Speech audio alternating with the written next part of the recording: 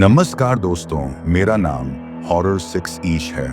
अगर आप चैनल पर नए हैं तो कृपया चैनल को सब्सक्राइब करें क्योंकि आपको यहाँ ऐसी डरावनी कहानियां मिलेंगी। शापित बस स्टैंड। प्रस्तावना उत्तर प्रदेश के एक सुनसान इलाके में एक पुराना बस स्टैंड है, कालबेरिया स्टैंड। दिन में सब कुछ सामान्य लगता है, लेकिन रात 8 बजे के बाद कोई वहां नहीं रुकता। क्यों? क्योंकि वहां एक बस आती है जो किसी स्टेशन तक नहीं जाती। वो सिर्फ आत्माओं को लाती है और पापियों को ले जाती है। रात का मुसाफिर रवि, एक मेडिकल स्टूडेंट, लखनऊ से अपने गांव लौट रहा था। बस छूट चुकी थी तो ऑटो वाला उसे एक सुनसान जगह पर उतार गया और बोला, साहब, यही कालबेरिया स्टैंड है, रात वाली बस यहीं से मिलती है। लेकिन रवि ने पूछा, लेकिन क्या? ऑटो वाला बिना जवाब दिए भाग गया। बस स्टैंड वीरान था। एक टूटा हुआ बोर्ड झूल रहा था जिस पर लिखा था, बस सेवा, रात 8:13। वक्त देखा 8:12। तेज हवा चली, बिजली कड़की और उसी क्षण एक पुरानी जर्जर लाल बस धुएं से निकलकर सामने आ खड़ी हुई। उसकी हेडलाइट्स से धुंध और भी डरावनी लग रही थी। बस में सवारियां, रवि बस में चढ़ गया। अंदर माहौल बिल्कुल अजीब था। हर यात्री एकदम शांत, बेजान और अंधेरे में खोया हुआ लग रहा था। ड्राइवर का चेहरा काले नकाब से ढंका था, लेकिन उसकी आंखें लाल चमक रही थी। कंडक्टर बगल से निकला और टिकट मांगा। उसकी उंगलियां इंसानी नहीं थी, लंबी, काली और नुकीली। रवि ने जब सीट ली तब उसके ठीक पीछे बैठी औरत ने फुसफुसाया, अब तुम जिंदा नहीं रहे, तुमने इस बस में चढ़कर खुद को शापित कर लिया है। रवि घबरा गया। बदलती सच्चाई, बस अब हाईवे छोड़कर किसी जंगल के रास्ते पर जा रही थी। बाहर सिर्फ कब्रें, सूली और रक्त से सने पेड़ दिखाई दे रहे थे। हर स्टेशन पर एक सवारी उतरती थी और जैसे ही वो उतरता, उसकी कहानी सामने आ जाती।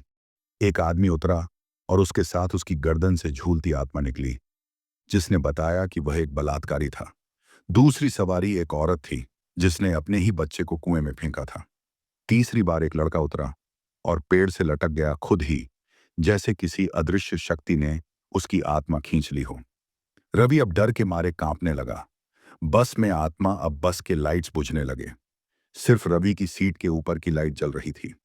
अचानक उसकी सीट के नीचे से खून की धारा बहने लगी।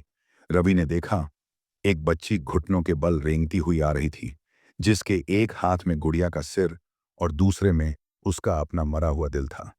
वो बोली, तुमने मेरी माँ को दवा नहीं दी थी रवि, तुम्हारा प्रैक्टिकल झूठा था। मेरी माँ मर गई, अब तुम भी। रवि चीख पड़ा, मैंने जानबूझकर नहीं किया। लेकिन आत्मा हंस रही थी। ये बस उन लोगों की है जिनका अपराध कभी स्वीकारा नहीं गया। समय और मृत्यु। रवि ने अपनी घड़ी देखी। 8:13 ही अटका हुआ था। समय आगे बढ़ ही नहीं रहा था। कंडक्टर बोला, इस बस में समय ठहर जाता है और पाप हमेशा जिंदा रहते हैं। बस अब किसी अनजाने अंतहीन श्मशान में जा रही थी। चारों तरफ लाशें जल रही थीं और हर चिता से आवाजें आ रही थीं, हमें न्याय चाहिए। ड्राइवर अब बोल रहा था। उसकी आवाज नहीं, सैकड़ों आत्माओं की चीखों का मिश्रण थी। अंतिम सच रवि को अब सब याद आ रहा था।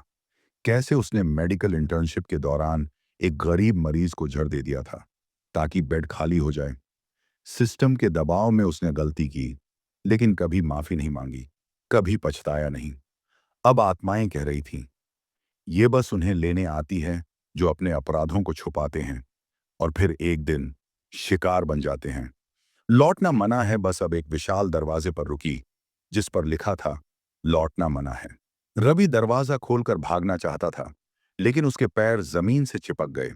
चारों तरफ आत्माएं उड़ रही थीं, शरीर को नोचती, खून पीती और तड़पते हुए कहती, एक बार चढ़ गया तो ये यात्रा कभी खत्म नहीं होती। सुबह की रिपोर्ट। अगली सुबह एक चाय वाला कालबेरिया स्टैंड पर पहुंचा। उसने देखा, पूरी रात में कोई बस नहीं आई, लेकिन स्टैंड के ठीक बगल में एक कटा हुआ हाथ, एक जली हुई मेडिकल आईडी और एक पुरानी बस की रजिस्ट्रेशन प्लेट पड़ी थी, जिस पर लिखा था, UP 13 ब्लड 999, अंतिम यात्रा समाप्त।